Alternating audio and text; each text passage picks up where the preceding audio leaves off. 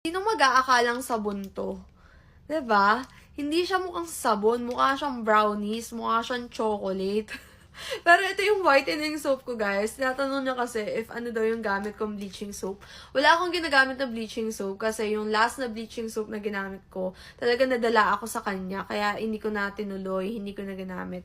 Walang effect, nakaka-dry ng balat, trending lang talaga dito sa TikTok. Pero hindi ko talaga siya gusto. Pero ito, yung trending na to, gusto ko talaga siya.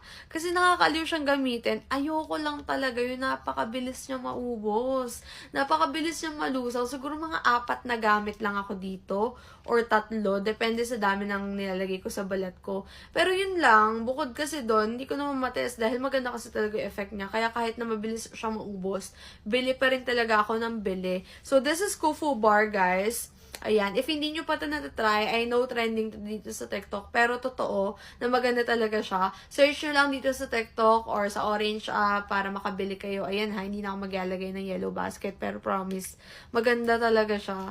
'Di ba? Aliw talaga tong gamitin, promise. Tapos, if sobrang dry ng balat nyo, try nyo siyang partneran itong Kufu Buff. Ayan, ito hindi naman kailangan na sabay nyo silang bilhin if wala talaga kayong budget. Pero if sobra naman, try nyo rin to. This is what it looks like. Ito naman for moisturizing. Parang meron talaga siyang ingredients na malambot sa balat. Ayan. O, 'di ba? Magkaiba sila. Ito yung parang typical na sabon. Meron siyang volcanic ash. And ito naman kasi, coffee scrub soap siya. So, ayan. Wala akong bleaching soap, pero ito yung effective na whitening soap na may recommend ko. Kufu Bar, guys.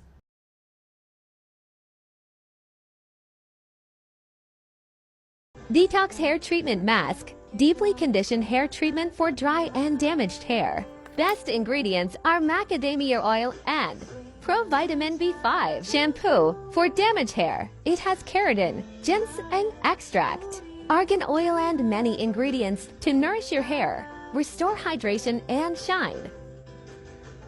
Hair Scalp Tonic Spray. It revives the scalp's ability to absorb nutrients. Rich in 7 natural ingredients with UV and heat protection.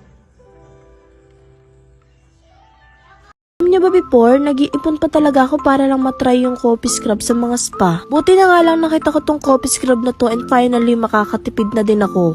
Kasi naman for only 75 pesos ay meron ka ng coffee scrub. Alam niyo bang napaka-importante nag-exfoliate tayo ng skin natin 3 times a week? Ang pag-exfoliate kasi ng skin is nakakatulong siya para maging soft and smooth ang skin natin at matanggal lahat ng dead skin cells natin. At ang maganda pa nga sa sabon na to is nakakapagpa-whiten at nakakapagpa-moisture siya ng skin natin. At pwedeng-pwede nga siya sa 5 years old and above, BF moms, or pregnant women. O diba, san ka pa? Sobrang safe talagang gamitin itong Kufu Bar. Tignan nyo naman, napaka-soft and bouncy ng skin ko. Kaya naman, this is your sign na bumili ng Kufu Bar habang may stocks pa. So yun.